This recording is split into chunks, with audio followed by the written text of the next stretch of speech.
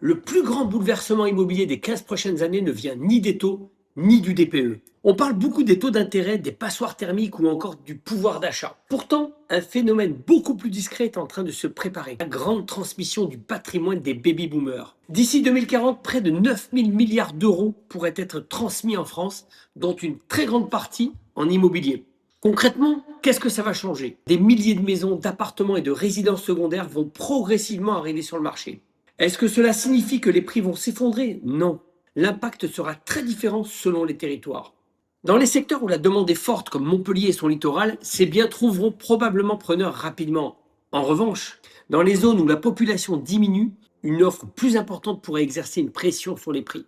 Pour les vendeurs, cela signifie qu'il faudra être encore plus réaliste sur le prix et soigner la présentation de son bien.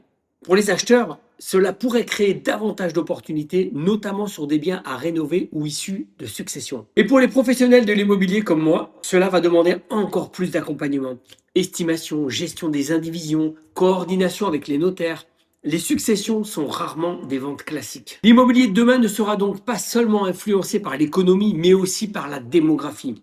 Selon vous, cette grande transmission va-t-elle créer de vraies opportunités pour les acheteurs ou les prix resteront-ils élevés dans notre région? J'ai hâte de vous lire.